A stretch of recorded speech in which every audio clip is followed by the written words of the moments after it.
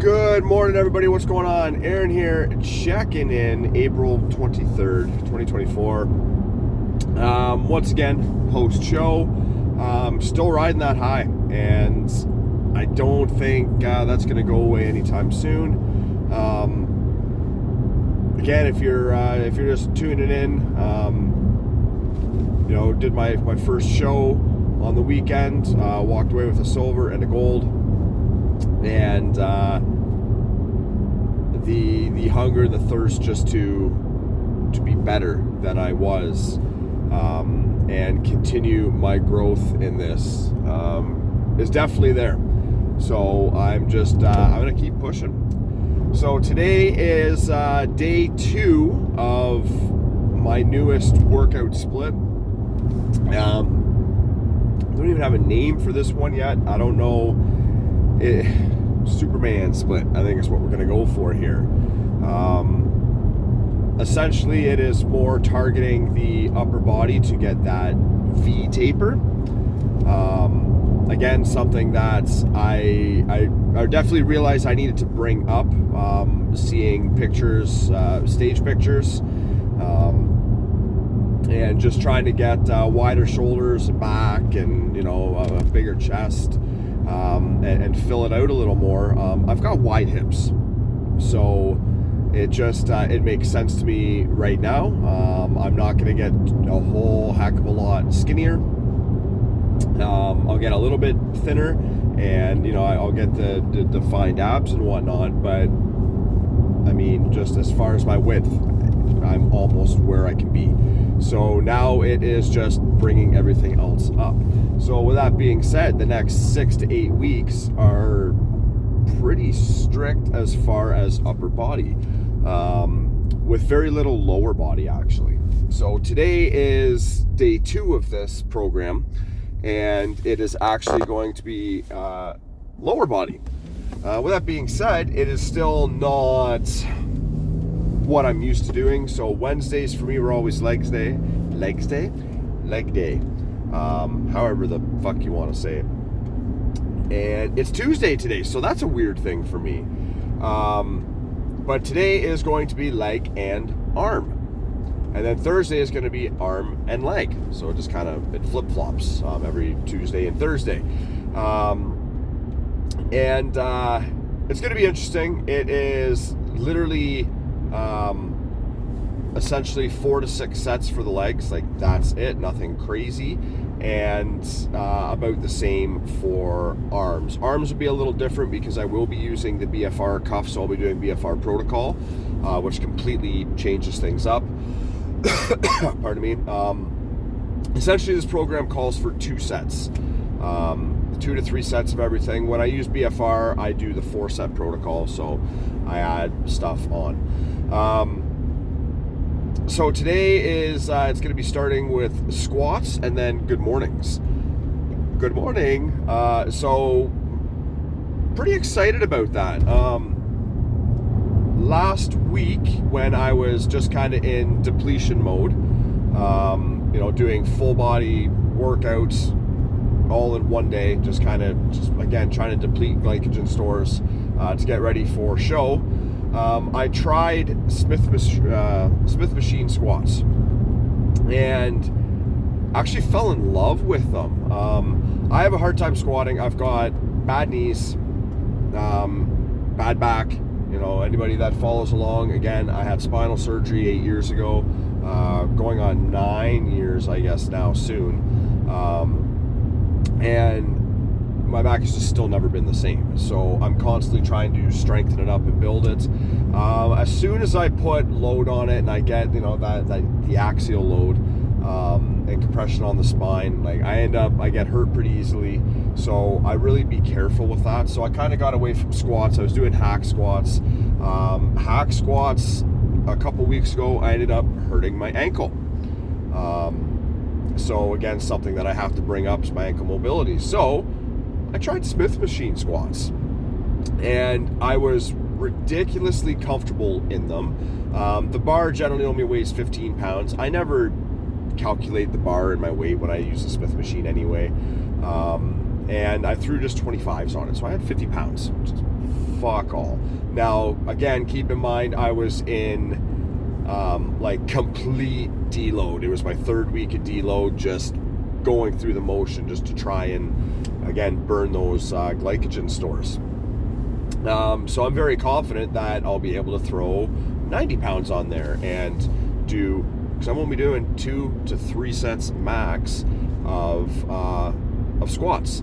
And then I will immediately switch over to good mornings, which I'm not sure if I'm going to use the Smith yet, because I've seen it, I've never tried it. I've only done good mornings a handful of times.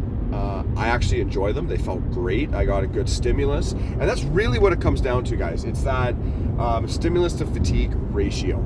If you start doing an exercise and you don't think it's going to be sustainable, you don't get that good stimulus, you're getting tired real easily, switch it up, right? There's always an alternative exercise. Take hack squats, for example. If you're not enjoying those, or you're getting injured by them, or you're just getting really fatigued, do leg press on the same damn machine. It's essentially the same thing. Slightly different, of course, but it's pretty damn close. So lately, that's what all of my training has really consisted of. I can go and I can sling heavy. I don't care to. I'm going to go through a mesocycle in a few months where, yeah, I'm probably going to go heavy for a little bit, just to do some strength training. But right now, I'm still comfortable. I don't want to say comfortable, because I like stepping outside of that comfort zone, and that's why I'm trying this new cycle that I'm working on now. But it's still being comfortable with the program and the weights that I am using. Again, I'm going for hypertrophy. I'm not going for strength, right? I'm trying to build muscle. I'm trying to get as big as I can. And will you get big by lifting heavy? Yeah, you can. But you can also get pretty injured pretty quick, and that is not what I'm here for. Not at 40 years of age. I just don't care for getting injured right now. Hold that thought. That's better. So, looking forward to this. The 2 leg exercises, again, 2 to 3 sets each. So, nothing crazy, right? The whole idea is that my upper body is going to take most of the protein and most of the rebuild, and my legs I'm just kind of maintaining at this point.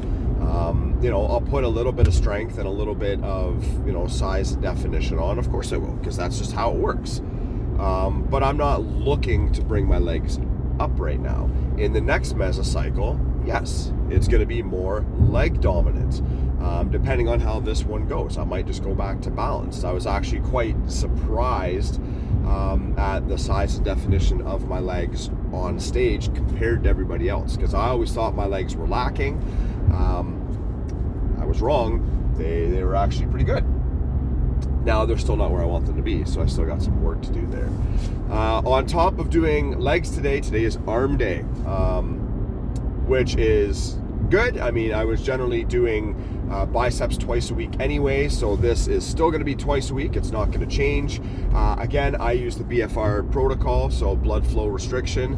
I'm literally lifting with like 20-pound weights. That's all I need. And I've got good definition in my arms. They're getting bigger. I'm getting more vascular. I'm seeing veins that I'd never really seen before starting to pop, which is good, and I'm just going to keep working towards that. It's a great feeling when you start seeing these changes, and even by lifting light, I know I can go in and I can do 4 sets of 10 with 45 pounds, because that's what I was doing. Even my shoulders, but my elbows took forever to recover. By the time I'd get back around, and I was doing 3 days in between biceps, by the time I was back there, my elbow was maybe recovered, and my shoulder was still sore, because let's face it, there is still some shoulder mobility stuff while you're doing curls. and you're flexing it and everything, and I've got a bad shoulder. So then I started using BFR and going slow, and the protocol is 4 sets of 15 to 20 reps with lightweight and these straps on, which just occlude the blood, and it gives you the craziest pump ever for lifting light. It's great. So yeah, I've got curls on the docket today and skull crushers. I have not trained my triceps officially in months, and I actually still have pretty good triceps, so I was happy with that. I guess I was unofficially, because I was doing dips, where I wasn't focused on tricep for the dips or chest. It was kind of a bit of both, but it was also the last exercise of my first push day every week. So by the time I'd get to it, I was pretty wiped out already. So it's going to be interesting today doing skull crushers. I'm not sure if I'm going to do BFR protocol, because you should really only keep those straps on for 20 minutes. So it's possible I could easily do bicep and tricep, get it 20 minutes, maybe 25 minutes. It generally says, do the set, wait 30 seconds, go and do the next set. I wait longer than that. It is all about making sure you're catching your breath, and you're going to be able to get those full reps out. Essentially, I'm going to failure on those. It's getting easier because I've been doing it. But there's a time where I'd have to do rest pause and mesocycle, or myo reps with it, and now I can just kind of pump through it. So it's going to be interesting to see what happens when I got to throw triceps in there with that now. But again, looking forward to seeing the results of this. I took a picture yesterday after the gym, so it was kind of like day one of doing this, the Superman workout, and we're gonna see what happens. It's gonna be pretty exciting. All right, guys, I am rolling up into my second home, which is the gym, and looks like it's empty.